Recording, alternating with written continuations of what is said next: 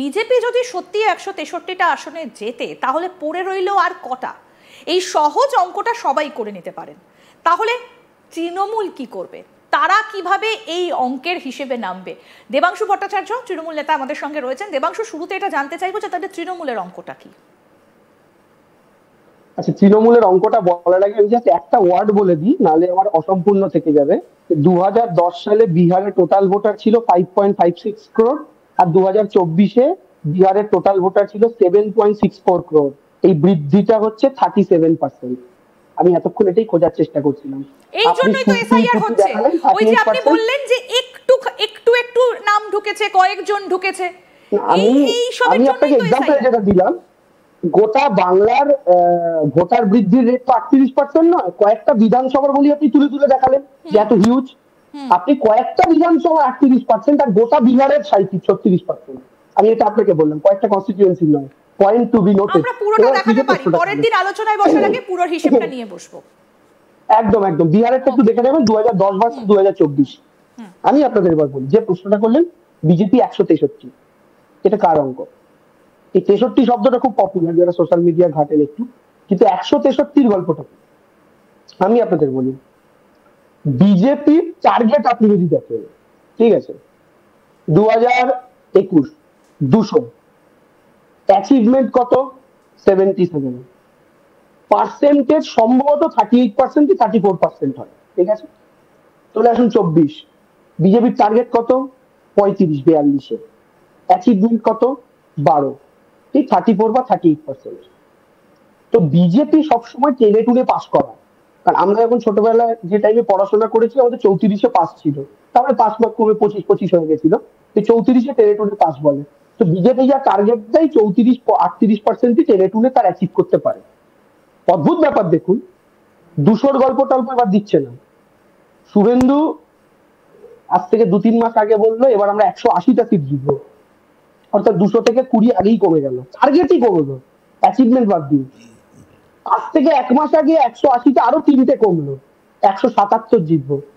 মানে আমির খানের একটা কথা ছিল না, নাম্বার বললে কাউকে এমনি বলবে না, যদি ঢপও দাও লোককে বলবে 5.667, তাহলে লোকে বেশি বিশ্বাস করবে। একটু পয়েন্টের পরে দশমিকের পরে 4টে নাম্বার জুড়ে দেবে।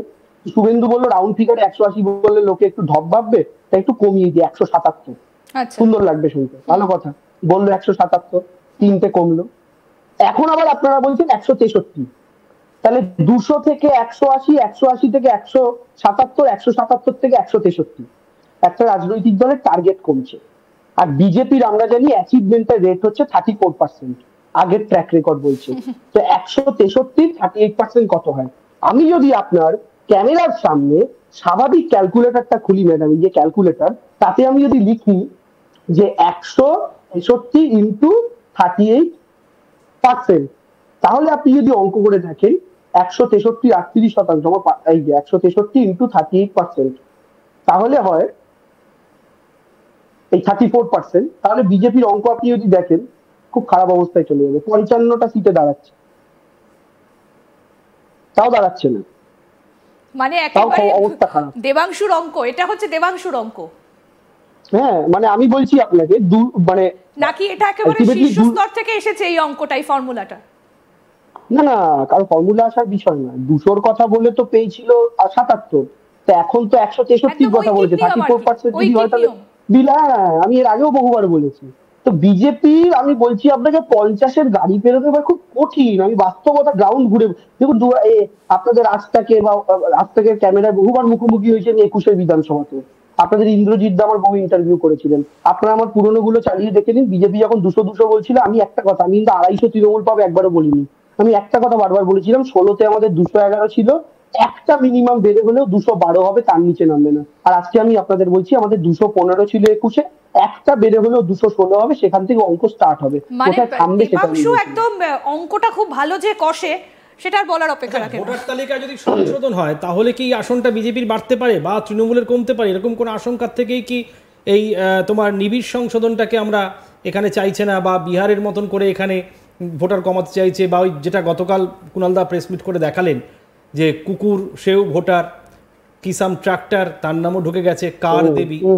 সেটাই আমার প্রশ্ন হচ্ছে এটাই, যে তাহলে কি তুমি শুনে নাও তাহলে কি তাহলে অসুবিধাটা কোথায়? আমার একটাই প্রশ্ন, যদি বিজেপি কি চাইছে যে নিবিড় সংশোধন হলে পরে তাদের সংখ্যা বাড়তে পারে বিধানসভায়, আর তৃণমূল কি সেখানে ক্রমশ আশঙ্কিত হচ্ছে যদি নিবিড় সংশোধন হয়, মৃত ভোটার তালিকা বাদ যায়, তাহলে হয়তো আমাদের সংখ্যা কমতে পারে? এটা একটা মামুলি প্রশ্ন।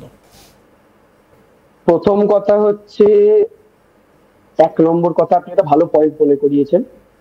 এই যে এসআইআর বিহারে হচ্ছে না, এই এসআইআর এ কোনো ডকুমেন্ট তো গ্রাহ্য হচ্ছে না, কিন্তু একটা ডকুমেন্ট গ্রাহ্য হচ্ছে, সেটা হচ্ছে রেসিডেন্সিয়াল না, সার্টিফিকেট। বিহারে তো তৃণমূল বিজেপির যে সমীকরণ, সেটা তো বিহারে নেই, আমি পশ্চিমবঙ্গে নিরিখে বলছি। না না নেই, আমি এটাই বলছি, বিহারে দলিত বিহারে রয়েছে, যাদব রেসিডেন্সিয়াল রয়েছে, ওটা তো একটা অন্য রাজনীতি। আমাদের এখানে তো আমি বলছি, আমি কেন বলছি এটা বুঝবেন।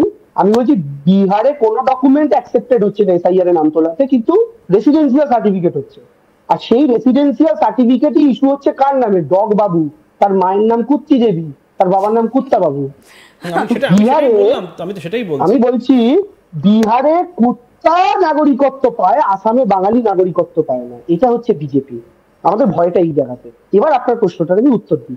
পশ্চিমবঙ্গে ধরুন এসআইআর হলো, তাদের তৃণমূলের সিট বাড়বে না কমবে? আমাদের যা পাওয়ার আমরা তাই পাবো। তার কারণটা হচ্ছে আলটিমেটলি তো ভোটটা বাঙালি দেবেন। আপনি হয়তো 100টা বাঙালির মধ্যে 30টা বাঙালিকে সরিয়ে দেবেন, তারপরে তো 70টা বাঙালি ভোট দেবে। 70টা বাঙালির মধ্যে তো পার্সেন্টেজে তৃণমূলে তুমি এখানে বাঙালি বলছো কেন? আমাদের পশ্চিমবঙ্গে তো নানা ভাষাভাষী মানুষ রয়েছে, তুমি কেবলমাত্র বাঙালি যারা আছে, গুজরাটি, পাঞ্জাবি, শিখ সবই। ভবানীপুর দেখো না, কিন্তু পশ্চিমবঙ্গে নানা ভাষাভাষীর যে মানুষগুলো দীর্ঘদিন যাবৎ আছে, এই মাটিকে ভালোবেসে আছে, তাদেরকেও আমরা বাঙালি শব্দটার মধ্যেই ইনক্লুড করি। বেশ, ঠিক আছে, আমাদের কাছে বাঙালি বলে তারাও। আচ্ছা, এই যে কথাটা দেবাংশুর সঙ্গে আমরা আলোচনা করছিলাম, এই যে ডগের নাম এসেছে, আমরা একটু ছবিটা দেখাই। এই হচ্ছে সেই ছবিটা, একদম ছবি দিয়ে এসেছে কুত্তা বাবু, এবং মায়ের নাম একদম পরিষ্কার ভাবে এসেছে। আমি একটা দেবাংশুর অঙ্ক, কুত্তি দেবী, এই যে ডগ বাবু, কুত্তা বাবু আর কুট্টিয়া দেবী, একদম আমি একটা অঙ্ক দেবাংশুর খুব সুন্দর একটা অঙ্কের হিসেব মেলালো, কিন্তু এ রাজ্যের ভোটে যেটা বারবার করে আমরা দেখতে পাই যে 37% আশেপাশে একটা ভোটার রয়েছে, প্রায় 40% কাছাকাছি। আমি একটা শুভেন্দু অধিকারীর বক্তব্য শোনাতে চাইবো, তারপরে আমি এই প্রশ্নটা রাখবো, একটু যদি শোনেন দেবাংশু। সকলের নাম হচ্ছে হিন্দু, শিখ, খ্রিস্টান, জৈন, পার্সি, বুদ্ধিস্ট। সিএ আইনে বলা হয়েছে, যার রুল 2024-এর 6 মার্চ চালু হয়ে গেছে, এবং বিটান অধিকারী পাহেলগামে যিনি হিন্দু বলে খুন হয়েছেন, তার স্ত্রীকেও আমরা জানি ভারত সরকার অত্যন্ত দ্রুততার সঙ্গে সিটিজেনশিপ অ্যামেন্ডমেন্ট অ্যাক্ট অনুযায়ী পার্মানেন্ট সিটিজেনশিপের সার্টিফিকেট দিয়েছেন।